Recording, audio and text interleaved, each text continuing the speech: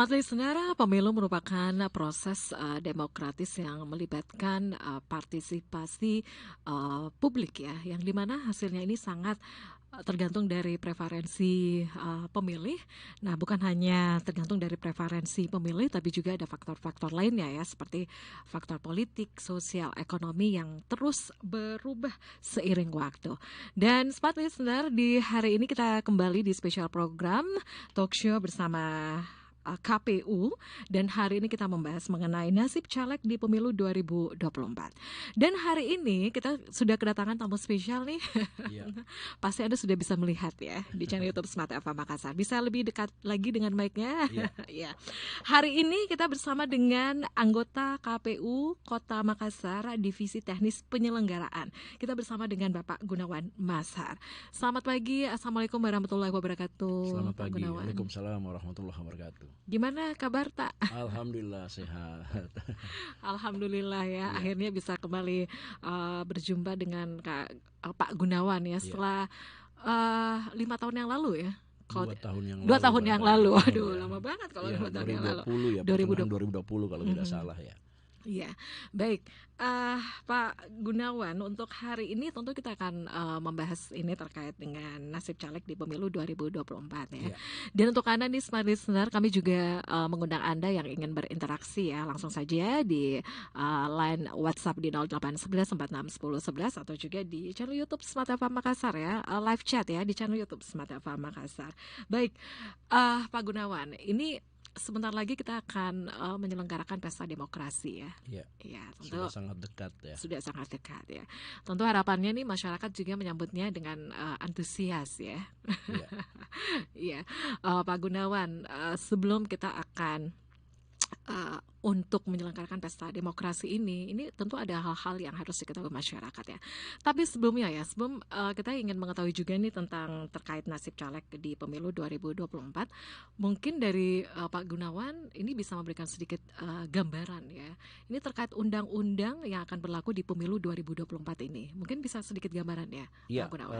Ya. Memang kalau pemilu ya dasarnya adalah Undang-Undang 7 tahun 2017 ya, Iya. itu yang jadi dasar undang-undang penyelenggaraan pemilu Ya. yang termasuk dengan untuk pemilu 2024 yang memang serentak. Itu udah jauh-jauh hari memang diatur di Undang-Undang 7. Undang-Undang 7 memang dibuat untuk disiapkan persiapan sebagai pemilu serentak ya. Di tahun 2024 ada dalam 1 tahun ya perhelatan semua pemilihan dilakukan. Makanya kita menganggap bahwa cukup kolosal ini ya, karena Februari ada 5 pemilihan di situ ya, 5 yang akan dipilih. Pertama presiden, kemudian DPR dengan segala tingkatan, DPR RI, kemudian DPRD provinsi, lalu DPRD kabupaten kota, juga DPD ya, berarti ada 5. Kemudian di bulan November ya itu pemilihan serentak namanya, pemilihan kepala daerah serentak ya. Ada gubernur, kemudian bupati kalau daerahnya kabupaten, kemudian wali kota kalau daerahnya kota ya. Lalu itu saya kira ya, gubernur, bupati dan wali kota. Jadi pemilihan kepala daerah. Makanya disebutnya kalau di Februari itu pemilu 2024, kalau di November pemilihan ya. Ya. Pemilihan mengacu pada pemilihan serentak sebenarnya, pemilihan kepala daerah serentak. Ya, Pak Gunawan ini kan sebagai anggota KPU ya tentu juga paham ya bagaimana Iya. pemilu kemudian prosesnya nanti itu seperti apa gitu ya. Untuk prosesnya nanti nih apakah ada perubahan atau seperti apa nih, Ya, Pak saat Gunawan? ini Ya. memang di setiap event pemilu ya, memang di undang-undang bahwa sebelum hari pemungutan suara itu 20 bulan sebelumnya tahapannya sudah jalan. Jadi KPU sebenarnya jauh-jauh hari, bukan hanya KPU di tingkatan pusat, Ya, di ya. tingkatan provinsi, juga di tingkat kabupaten kota itu sudah bergerak jauh-jauh bulan ya. Bahkan gongnya sebenarnya sudah ditabuh Ya. di tahun 2002 bulan Juni ya, itu tahapan sudah mulai jalan. Jadi sesungguhnya KPU udah ibaratnya kalau manusia ini udah berlari sekarang kami, udah sangat banyak tahapan yang beririsan, yang berjalan bersamaan. Sejak bulan Juni misalnya pemutakhiran data pemilih sudah dilakukan, kemudian verifikasi partai politik sudah dilakukan. Jadi sudah banyak juga tahapan Jadi di pemilu itu dikenal di kami tahapan. Oh Tahapan gitu. itu untuk mengidentifikasi sebenarnya tiap-tiap fase ya, tiap-tiap fase yang dilakukan. Jadi step by step langkahnya KPU. Nah, itu semua diatur dalam jadwal dan program. Itu ada undang-undangnya, ada PKPU-nya, aturan peraturan KPU-nya ya. Jadi semuanya kami melakukan segala hal, bahkan kegiatan itu diatur di undang-undang, dituliskan. Jadi kita harus taat. Makanya KPU ada pengawasnya. Namanya Bawaslu ya. Nah, sejak Juni saya kembali lagi tadi, sejak Juni sudah banyak tahapan sudah mulai kami lakukan ya. Verifikasi partai politik juga sudah, kemudian verifikasi persyaratan calon DPD juga sudah. Jadi sebelum mereka mendaftar, kita verifikasi dulu apakah memenuhi syarat untuk menjadi calon DPD, misalnya Gitu ya. mendaftar sebagai calon DPD. Beda dengan partai ya, karena partai memang verifikasinya juga ada, verifikasi partai politik. Nah, untuk sekarang tahapan yang sudah berjalan, kalau di divisi saya ini pencalonan ya sudah mulai kemarin baru-baru sudah pengajuan bakal calon anggota DPRD ya. Kalau di Makassar tingkat kota berarti DPRD Kota Makassar itu sudah pengajuannya dari tanggal 1 sampai tanggal 14 Mei. Meskipun di divisi-divisi lain juga tahapan-tahapannya juga berjalan. Misalnya daftar pemilih sementara hasil perbaikan juga sekarang lagi jalan untuk menuju DPT ya. Kemudian divisi sosialisasi juga lagi gencar-gencarnya terus melakukan sosialisasi ya. Seperti itu ya. Sekarang juga setelah masa pengajuan Bacalek, sekarang sudah memasuki masa verifikasi administrasi. Jadi dokumen-dokumen administrasi dari Bacalek, khususnya Bacalek yang untuk DPRD Kota Makassar, kami di KPU Kota Makassar sudah melakukan, sekarang sedang proses melakukan pemeriksaan ya, pemeriksaan dokumen-dokumen persyaratan. Apakah dokumen-dokumen persyaratan yang mereka masukkan itu sesuai dengan yang diatur dalam regulasi. Seperti itu. Yang diatur sesuai dengan regulasi. Mungkin seperti apa itu, Pak? Misalnya ya, saya contohkan misalnya persyaratan calon untuk bisa menjadi caleg pertama harus menyetorkan KTPL. KTPL itu ya ini yang membedakan ya dengan 5 tahun lalu. 5 tahun lalu itu kalau masa-masa seperti ini di gudang KPU tuh penuh dengan box-box kontainer karena partai menyetor calegnya dengan dokumen-dokumen manualnya. Akhirnya penuh, banyak sekali box-box kontainer yang dibawa. Tapi seiring perkembangan zaman juga ya, kami juga sudah memakai aplikasi ya, sehingga semua persyaratan-persyaratan calon itu diunggah di Silon, namanya aplikasi Silon KPU. Jadi cukup membawa beberapa dokumen saja ketika mengajukan, tapi dokumen-dokumen persyaratan detailnya itu sudah ada di Silon, mereka masukkan. Jadi pertama KTPL ya, KTPL sebenarnya untuk melihat semua komponen identitas apakah memenuhi syarat atau tidak ya. Misalnya umurnya, karena syarat untuk menjadi caleg ya itu umur 21 tahun. 21 tahun. Kemudian kita melihat pekerjaannya.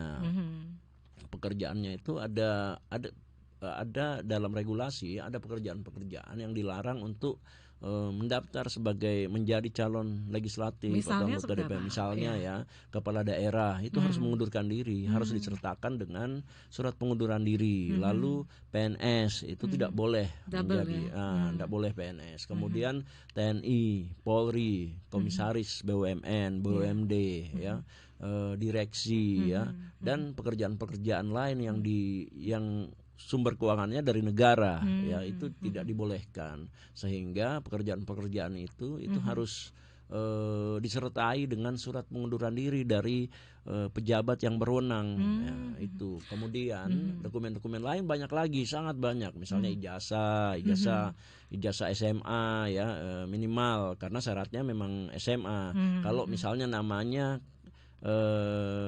yang dimasukkan ya, karena nama kan penting kita amati, namanya ini harus sesuai dengan KTP, harus sesuai dengan ijazah, karena namanya nanti yang tercantum dalam surat suara. Kalau namanya disertai dengan gelar akademik berarti dia juga harus buktikan Gelar ya akademiknya. gelar akademiknya. Misalnya ada dia sampai S2 atau S3, berarti juga harus menyetorkan ijazah S3-nya, S2-nya, S1-nya. Lalu kemudian surat tidak pernah dipidana. Oh ya, Surat itu juga keterangan menjadi ya itu persyaratan dari ya. pengadilan. Kemudian surat keterangan sehat jasmani dan rohani, ya itu dari rumah sakit pemerintah atau lembaga ya, misalnya termasuk juga surat bebas penyalahgunaan narkoba ya, baik dari rumah sakit pemerintah maupun dari lembaga misalnya BNN dan lain-lain.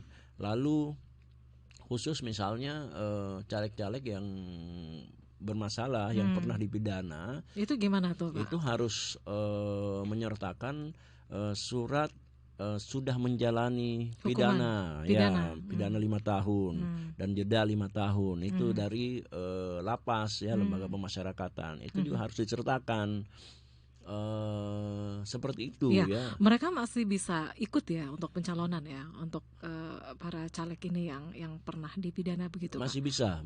Namun ada Apa yang menjadi pertimbangan? syarat-syaratnya. Apa yang menjadi pertimbangan, Pak, dari KPU? Kami sebenarnya kalau di tingkat daerah lebih pada pelaksana saja ya. Iya. Pertimbangannya sebenarnya pada pembuat kebijakan.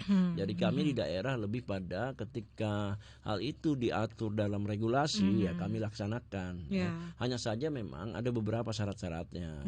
Salah satu syarat-syaratnya adalah Menyertakan bukti ya, ya, bahwa menyertakan mereka bukti sudah bahwa telah menjalani pidana, kemudian jeda 5 tahun ya, kecuali untuk tahanan-tahanan mantan napi untuk kasus-kasus misalnya kasus politik itu tidak harus menunggu 5 tahun ya, atau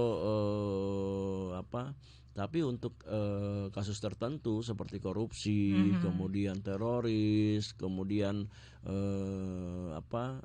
untuk perbuatan tercela dan lain-lain itu memang harus tidak bisa ya. Tidak bisa, harus ada jeda 5 tahun ya. Kemudian juga harus dibuktikan dengan pemberitahuan ya, dia menyertakan bahwa yang dimuat di media massa menyertakan bahwa mengumumkan dirinya ya, yang bersangkutan mengumumkan dirinya bahwa telah menjalani pidana, sehingga masyarakat juga yang akan memilihnya tahu bahwa yang bersangkutan punya track record adalah mantan napi. Oke, itu beberapa persyaratan kalau memang caleg yang ikut ini memang itu sudah pernah menjalani ataupun pernah terpidana gitu ya. Oke.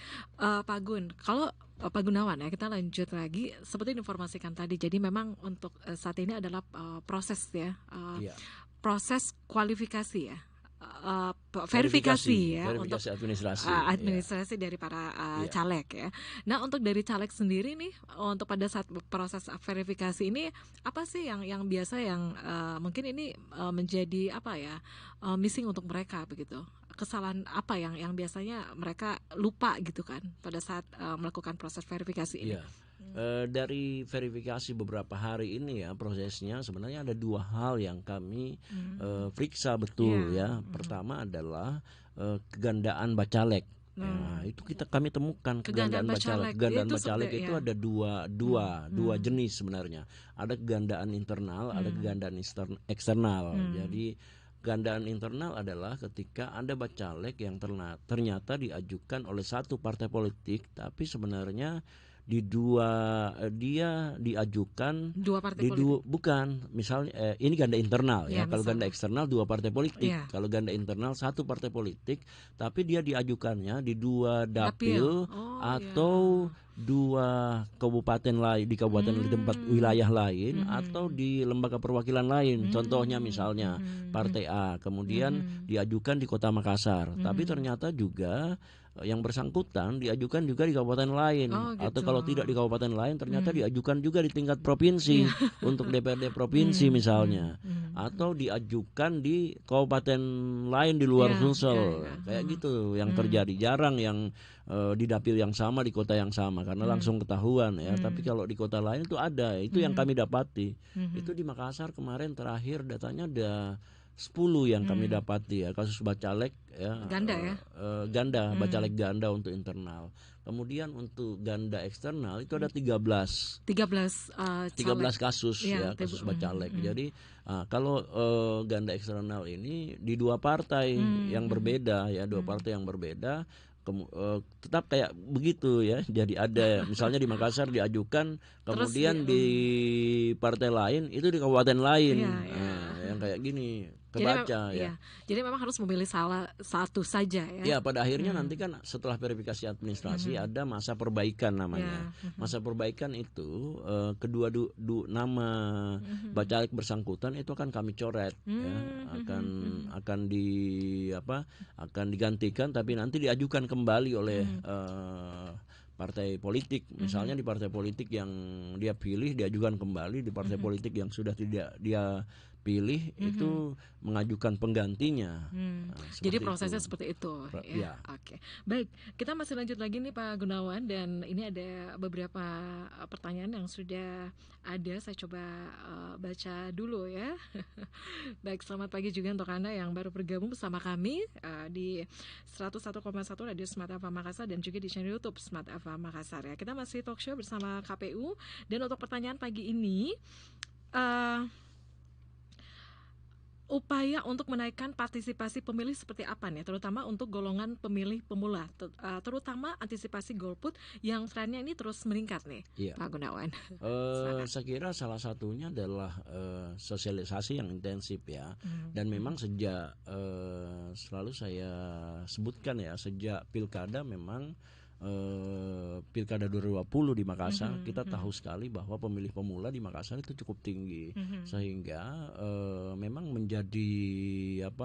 sudah menjadi penting bagi kami untuk menitik beratkan memang sosialisasi pada pemilih pemula ya. Ini untuk usia dari pemilih pemula itu usianya 17. Kalau pemilih pemula kan hitungannya berarti yang baru-baru 17 tahun ya, 17 tahun yang sebelum hari pemungutan suara atau pas hari pemungutan suara, 1 hari sebelum hari pemungutan suara berumur 17 tahun. Ini kan sudah ikut di data ya. Nah, pemilih-pemilih pemula ini adalah pendekatannya salah satunya saya kira adalah tidak boleh pendekatan konvensional ya. Jadi pendekatannya seperti apa? Pendekatannya lebih pendekatan kekinian. Makanya sejak awal juga di pilkada yang selalu kemarin misalnya saya contohkan selalu pilkada ya, sebelum baik pilkada maupun untuk pemilu 2024, pendekatannya adalah mendekati cara berpikir mereka. Misalnya selalu kalau anak muda pikirannya terhadap, apalagi kalau melihat medsos ya, seolah-olah politik itu sesuatu yang rumit, sesuatu yang rusuh, chaos, tidak menyenangkan lah bagi anak muda.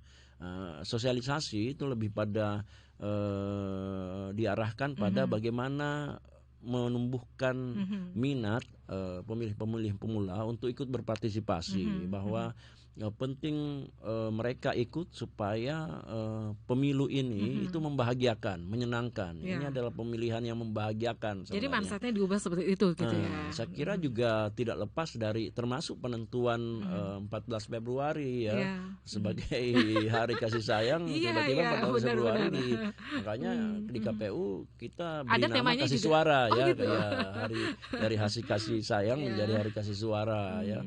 Termasuk juga pendekatan dalam sosialisasi, misalnya lebih banyak ke jauh-jauh hari memang ke sosial juga media, ke sosial media ya, melakukan pendekatan ke mereka lewat kegiatan-kegiatan yang mereka sukai gitu ya. Kemudian mengajak mereka berinteraksi dengan format yang mereka sukai. Misalnya kalau zaman-zaman dulu seperti apa ya, gitu formatnya? kita sukanya penyuluhan yang kita ngomong apa segala macam. Sekarang lebih interaktif saya kira ya, mengajak mereka yang berbicara, termasuk juga menghadirkan mereka dalam suatu forum gitu ya, satu forum, merangsang gitu mereka ya. membuat konten-konten yang kreatif.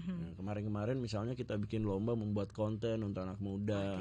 TikTok dan lain-lain gitu. Untuk Hal-hal tahun ini pasti lebih ini lagi ya, ada perubahan atau gimana nih untuk mengajak Iya, saya usia kira harus tetap ya? begitu ya, Hmm. harus tetap ada usaha-usaha yang Mhm. maksimal untuk mengajak mereka karena kita tidak bisa pungkiri Mhm. bahwa harus ada regenerasi demokrasi Hmm. dan tiap era nilainya mungkin sama tapi cara-caranya wadahnya yang berbeda gitu ya Hmm. untuk mencapainya ya. Kayak gitu saya kira. Oke, jadi untuk para pemilih pemula ini ya, ya itu kan biasanya mereka golput gitu kan? Ya, kecenderungannya Ya. termasuk juga sebenarnya penyadaran Hmm. untuk tidak golput ya. Ya. Makanya untuk tidak golput harus dulu ditumbuhkan kesenangan mereka terhadap Hmm. politik. Cara pandangnya yang harus dirubah. Ya. Cara pandangnya harus diruntuhkan bahwa politik itu dunia orang dewasa misalnya, dunia orang anak muda. Saya kira sejauh ini rata-rata mereka kan sangat mudah mengkonsumsi misalnya perdebatan-perdebatan politik lewat media sosial ya Ya. di Gen Z Z. sekarang bahkan Gen Titanium ya yang masih kecil-kecil mereka mengkonsumsi melihatnya dengan mudah di TikTok di manapun ya perbincangan-perbincangan atau perdebatan-perdebatan itu.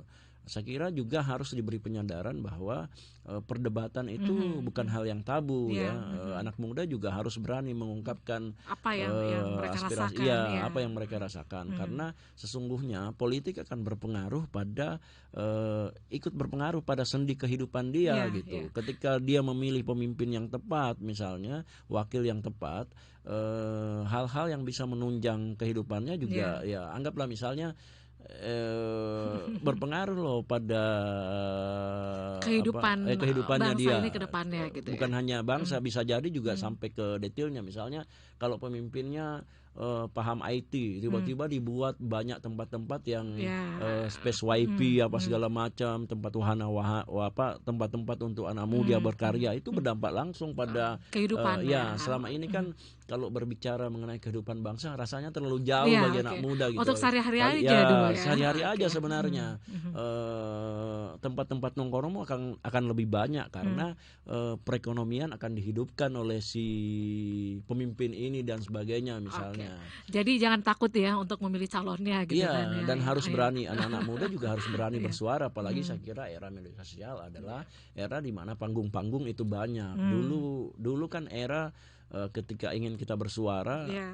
harus di media dulu, misalnya harus menulis dulu. Itu pun Tapi ini harus kenal sekarang redakturnya supaya mudah naik di koran dan sebagainya. tapi Kalau sekarang ini sekarang ya. misalnya dengan membuat justru anak muda yang saya kira yang ngajarin kita anak muda ya. Iya. Kita melihat bagaimana misalnya justru anak muda yang banyak konten-kontennya yang viral Iya. sepanjang itu konten positif saya Positif kira ya. ya Oke. dan itu tidak sedikit saya kira justru orang-orang tua yang mengatakan bahwa eranya lebih bagus saya kira orang tua yang hidup di Zaman hidup di era-era nostalgik yang menganggap bahwa kehidupan eranya saja padahal kita sangat tahu bahwa anak-anak sekarang itu jauh lebih pintar Iya. karena akses informasinya itu dari segala penjuru gitu ya dia bisa tahu apa saja dengan di kamar pun dia bisa mengetahui dunia Iya. gitu ya Iya. bisa mengakses lagu-lagu yang bagus mengakses film-film yang Iya. bagus Iya. buku-buku yang bagus.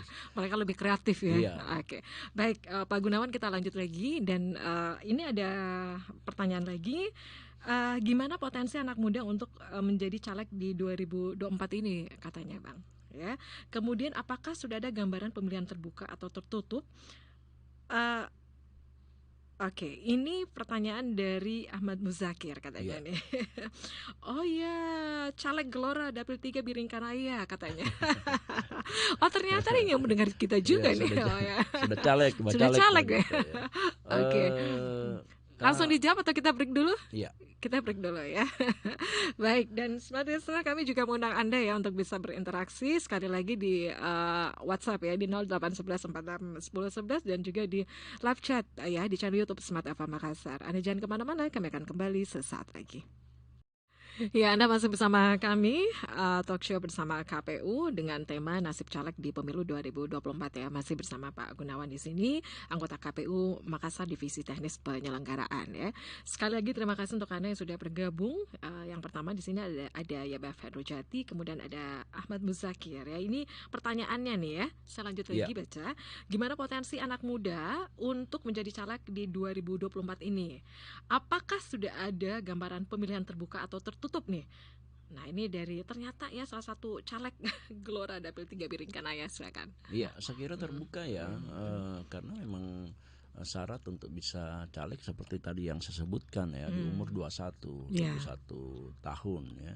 Jadi anak muda Mhm, harusnya berani untuk ketika merasa mhm, mampu dan merasa bisa ya hmm, menjalankan amanah sebagai wakil rakyat, punya program yang baik, saya kira mhm.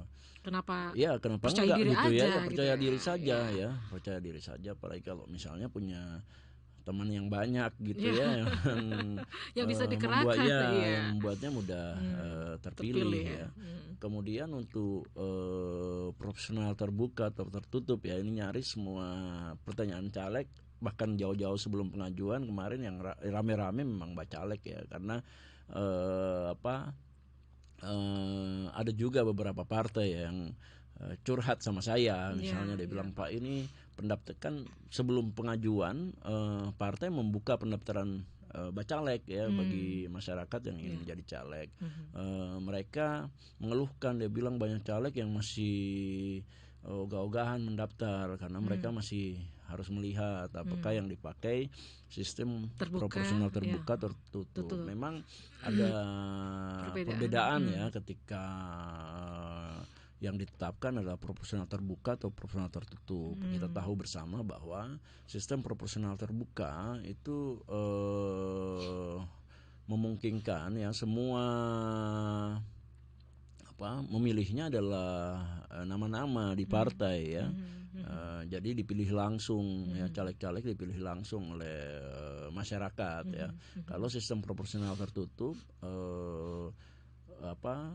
masyarakat memilih partai ya, memilih partai, nanti wakil-wakilnya ditentukan oleh partai ya. mhm, mhm. Jadi memang yang menjadi kekhawatiran kalau proporsional tertutup, berebut nomor urut ya, karena Iya. pasti runtutannya yang ketika mendapat alokasi kursi partainya yang Mhm, didahulukan adalah nomor urut paling tinggi dulu, mhm, nomor 1, nomor 2. Dan kita ketahui bahwa di Makassar memang kalau berkaca pada 2019, mhm, dalam satu mhm. dapil di tiap partai itu paling banyak 2 kursi 2 tiap kursi ya? dapil ya, Mhm, di kota Makassar ya, mhm, di tiap dapilnya ya. mhm. Sehingga itu yang menjadi khawatiran. Nah, saya kira kita tunggu saja nanti. Ini eh, pengumumannya kapan nih untuk proses secara terbuka atau tertutupnya? saya belum Ya. tahu persisnya ya, Ya. tapi sekarang kan ada di MK ya. Kita tunggu Hmm. putusan MK, Mhm. sistem mana yang akan Gunakan nanti digunakan ya. nantinya Mhm, ya, mhm. apakah, tapi prinsipnya sebenarnya kami di KPU sistem apapun ya, kami lebih pada penyelenggara dan pelaksana sebenarnya ya. Kebijakan apapun yang ditentukan Pusat oleh kebijakan ya. pusat di Hmm. atas, itu kita Ikut saja. ikut saja, Ya. kita Hmm. laksanakan. Saya kira ini yang tapi menjadi kekhawatiran kawan-kawan bacalek ya. Ya. Berdoa saja, saya kira sistem yang dipakai adalah sistem yang terbaik, saya kira, Hmm. Oke. untuk ke depan ya. Ya, ini ya ini ada pertanyaan lagi nih. Kalau sekarang nih, apakah ada perubahan atau perbedaan signifikan nih untuk profil dan juga karakteristik dari bacalek yang akan maju nanti nih? Ya, Hmm. secara detail, masih secara umum gambaran yang kami dapat ya, karena sekarang masih proses verifikasi administrasi, belum Hmm. menyeluruh. Tapi saya melihat Mhm. Mhm. eh, kalau dalam sebenarnya sudah diatur juga sedikit spesifiknya dalam regulasi, misalnya 30% perempuan. Itu di tiap partai juga kemarin pengajuannya sudah memenuhi syarat semua. Jadi ketika pengajuan untuk persentase perempuannya itu sudah Berapa persen? sudah memenuhi persentase ya. Bahkan tidak, saya kira hanya 1-2 partai yang pas 30%, yang lainnya bahkan lebih dari 30%. Misalnya dalam ketentuan ya, kalau di DPRD Makassar karena ada 5 dapil ya, berarti 30%-nya itu semua dapil itu 3, jadi minimal 3. Karena hitungannya adalah ketika kan misalnya kayak dapil 1 alokasinya 9, dapil 2 alokasi kursinya 10, dapil 3 alokasi kursinya 11, dapil 4 10, dapil 5 10. Persentase 30%-nya semua 3. Ada memang yang melebihi ketika dipersentasekan, misalnya di dapil 3 itu jadinya pecahan ya 3,2. Nah, di regulasi ketika ada pecahan tapi tidak sampai 0,5, berarti dia dibulatkan ke bawah. Seandainya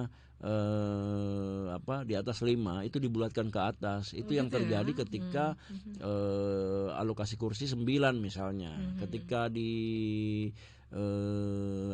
dipresentasikan 30% itu sekitar 2,5 ke atas, sehingga dibulatkan menjadi 3. Nah, sehingga semua dapil di Makassar wajib ada 3 perempuannya. Dan kemarin pengajuan partai politik itu bahkan melebihi 3, ada malah 6, harusnya 3 tapi 6 perempuan yang diajukan gitu. Itu berarti untuk persentase perempuan cukup, secara keseluruhan saya agak lupa ya jumlahnya, tapi sekitar 36% gitu. Ada peningkatan. Ada peningkatan. Sebelumnya ya.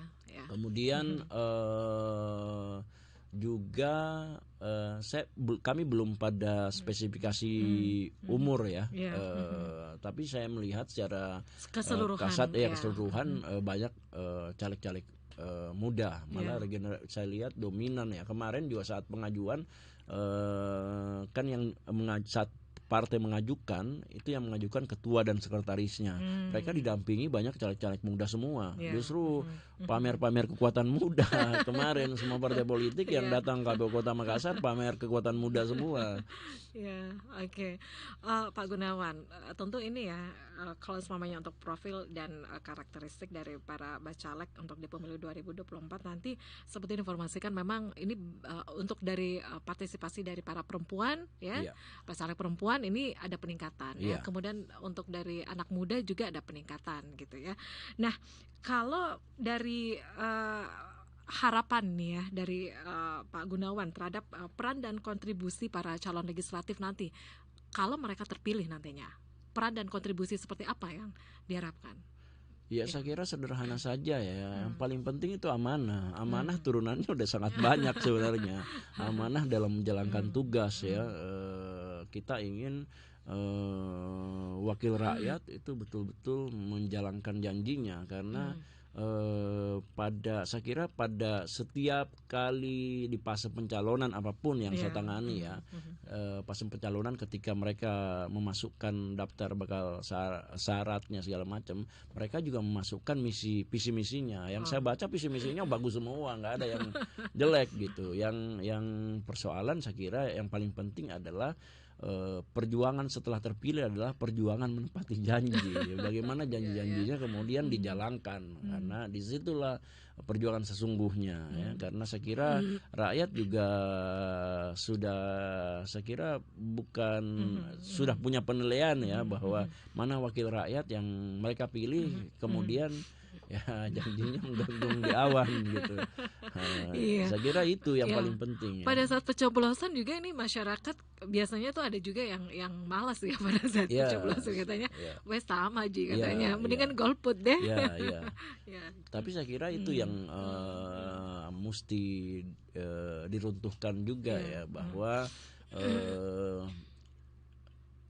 tidak boleh tunduk kita pada kepasrahan gitu ya. Harus juga penuh keyakinan bahwa akan ada yang berbeda, selalu ada yang berbeda, selalu ada orang baik gitu. Saya kira itu juga yang mesti di antara misalnya beberapa yang kurang baik ya, selalu yakin untuk Iya. ada yang baik.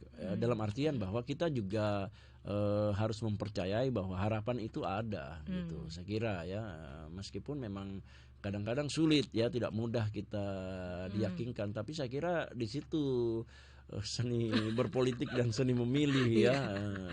Iya, Pak Gunawan, kalau sebagai masyarakat juga nih, misalnya saya Ya, nih ya, untuk memilih wakil saya nih untuk duduk di parlemen gitu kan, melihat satu persatu ya. Nah, pasti kan juga kita bingung nih, ih, yang mana nih saya mau pilih? ya, Orangnya saya tidak tahu. ya, ya, ya, Kinerjanya nanti bagaimana? ya. Saya kira Ya. memang penting, pertama ideologinya sama ya, meskipun secara umum partai politik di Indonesia saya kira memang ideologinya tipis-tipis semua aja ya, nggak beda, nggak jauh-jauh beda ya, sih. ya nggak Ya. jauh-jauh beda. Tapi saya kira juga memang ini pentingnya memilih, mencari tahu saya kira ya, apalagi di era sekarang. Saya kira sangat beda era-era dulu. Era sekarang nama caleg saya kira mudah di tracking sekarang ya. Iya. Media, siapa sih yang tidak punya media sosial? Justru dengan postingan-postingannya di media sosialnya ya, itu bisa kita tahu kecenderungan calegnya gimana Ya. dari apa yang dia tulis, apa yang dia posting. Ini intelektual aja misalnya calegku, ternyata misalnya postingannya flexingan ya, misalnya pleseran kemana-mana. Itu Iya. kan berarti Sudah dilihat justru track recordnya ya. justru sekarang saya kira era mudah sekali men-tracking orang gitu. Kita asal nama-nama lengkapnya ya udah tahu, mudah mencari tahu siapa orang. Beda zaman-zaman dulu ya. Ya. Iya. Ini langsung bisa di searching gitu ya. Iya. Oke. Mas, ada pertanyaan ya. Ya. Rekam jejaknya juga ketahuan ya. Iya. Kalau misalnya ada rekam jejak yang kurang bagus, itu bagaimanapun dia coba sembunyikan, itu akan ada jejak digitalnya tiba-tiba muncul. Langsung ya, kelihatan ya. jejak digitalnya. Iya. Baik, Mas, saya ada pertanyaan nih ya. Bagaimana proses seleksi calon legislatif untuk pemilu 2024 dan apa kriteria yang digunakan nih, Pak Ya. Gunawan? Kami sebenarnya kalau proses seleksi awalnya kan ada di partai sebenarnya ya, partai sebagai peserta pemilu. Proses selanjutnya adalah di KPU adalah lebih pada proses pendaftarannya, pengajuannya. Meskipun saringan kita juga ada saringannya ya, syarat-syarat itu tadi, misalnya surat surat bukti bahwa tidak menyalahgunakan narkoba, itu kan saringan juga. Persyaratan-persyaratannya, surat tidak pernah dipidana, itu kan bukti bahwa dia tidak pernah dipidana, tidak pernah berlaku buruk ya. Kemudian sehat jasmani dan rohani ya, tidak ada gangguan jiwa dan lain-lain. Itu beberapa persyaratan. Ya, umurnya, kemudian profesi-profesi yang tidak dibolehkan. Saringannya di situ. Tapi saya kira kalau saringan kualitatifnya kan ada di partai sebenarnya.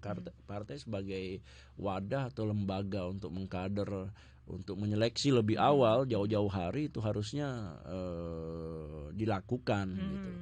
Baik, terima kasih ya untuk Pak Andi Sunandi. Kemudian ya, kita masih mempunyai waktu kurang lebih 10 menit lagi ke depan nih Pak Gunawan. Nah, untuk yang terakhir nih ya, untuk para caleg dan juga masyarakat untuk menjelang pemilu 2024 ini, pesannya seperti apa nih Pak?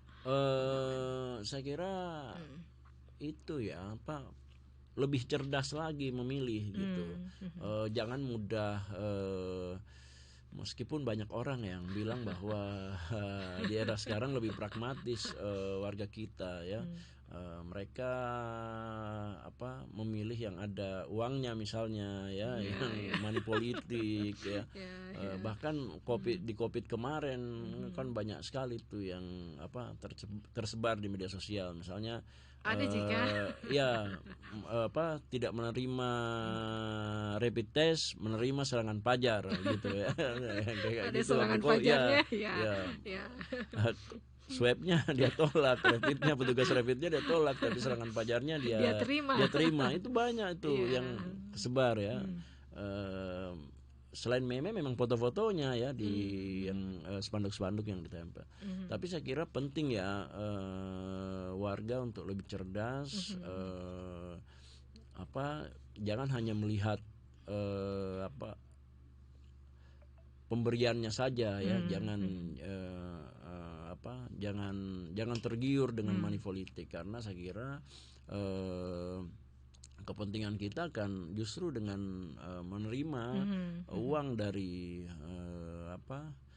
kontestan nantinya ya, peserta pemilu dalam hal ini caleg-caleg yang bertarung di bawah itu justru menggadaikan suaranya ya, kita. masa hanya dengan uang 100.000, 200.000 Itu bisa dinilai ya, itu ya dengan 5 uang tahun gitu ya. kita ya nantinya ketika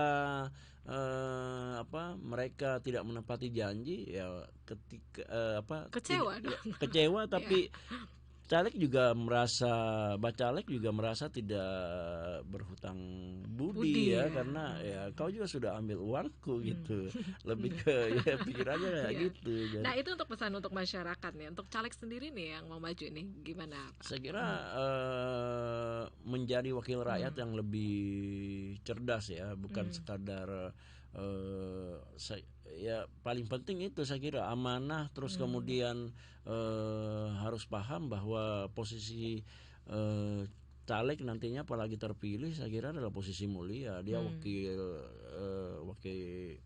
rakyat ya. Bahkan kalau mengikuti ini wakil rakyat adalah wakil Tuhan ya.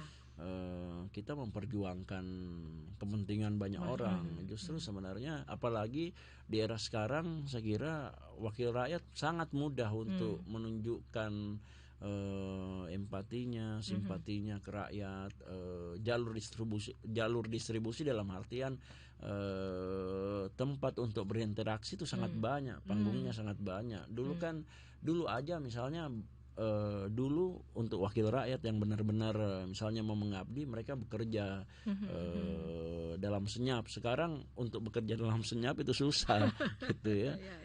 Justru saya kira apalagi kalau tujuannya untuk terpilih kembali ya. Jadi saya kira yang paling penting adalah punya keinginan baik ya.